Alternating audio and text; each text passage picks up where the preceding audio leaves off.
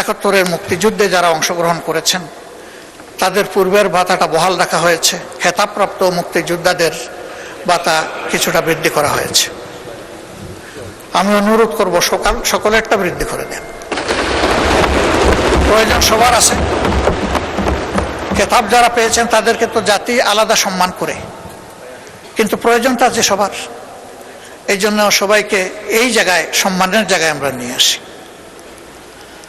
গত 17.5 বছরে যত মানুষ জুলুমের শিকার হয়েছে, এমনকি 28 অক্টোবর থেকে, 28 অক্টোবর শুধু জামাতের লোকেরা নিহত হয় নাই, একদিনে 34 জন মানুষ বিরোধী দলের নিহত হয়েছিল। তার মধ্যে 14 জন জামাত ইসলামের, 20 জন বিএনপির।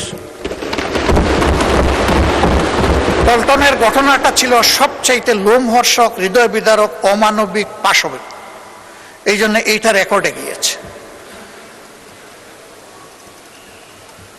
তাদেরকেও এই মজলুমের তালিকায় এনে 17.5 বছরে যারা খুন এবং গুমের শিকার হয়েছেন তাদের সকলকে বিবেচনায় আনা দরকার। জুলাই আন্দোলনে জুলাই যোদ্ধাদের যে সম্মান দেখানো হয়েছে, বিগত সরকার এটা দেখিয়েছে। আমি অনুরোধ করব এটাকে আরো আপফোল করার জন্য। এই সরকার যেন আরো নতুন কিছু ভালো যোগ করে এখানে, তাহলে এই দেশের মায়েদের গর্মে বেশি বেশি করে বীর জন্ম নেবে ইনশাআল্লাহ।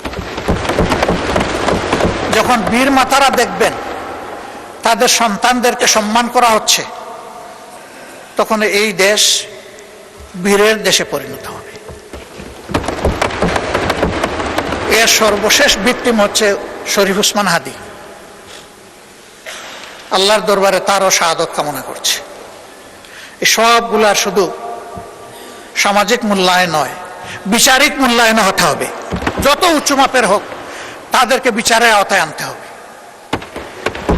কিন্তু সরকারের এই 4 মাসে একটা গণতান্ত্রিক সরকার প্রতিষ্ঠিত হওয়ার পর বিচারের যে গতি এই সমস্ত ক্ষতিগ্রস্ত ব্যক্তি এবং পরিবার আশা করেছিল, সেটা আমরা দেখতে পাচ্ছি না। আমরা দৃশ্যমান অগ্রগতি দেখতে চাই এই বিচারে। এবং আমি বিশ্বাস করি আমাদের নেতৃবৃন্দ নিহত হয়েছেন বেশি, কিন্তু জনশক্তি, কর্মী তো নিহত হয়েছে বিএনপিরই বেশি। দল হিসাবে আপনাদের একটা দায়িত্ব আছে নিজ সহকর্মীদের উপর ইনসাফ করার। সরকার হিসাবে দায়িত্ব আছে সারা দেশবাসী মজলুমদের উপর ইনসাফ করার। সেই ইনসাফটা আপনারা নিশ্চিত করেন। আমরা ইনসাফের কিছু তারতম্য দেখছি, সহযোগিতার জন্য দৃষ্টি আকর্ষণ করছি। প্রথম দিকেই সরকারের পক্ষ থেকে কিছু অনুদান দেওয়া হয়েছে 2টা ঈদে।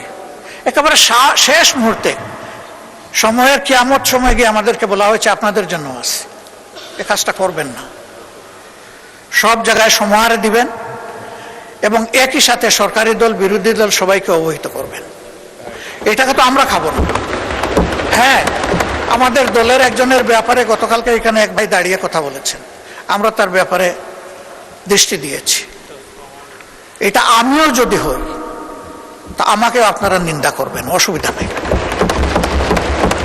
কিন্তু জনগণের হক শুধু আমরা বিরোধী দলের এমপি এই কারণে যেন নষ্ট না হয়।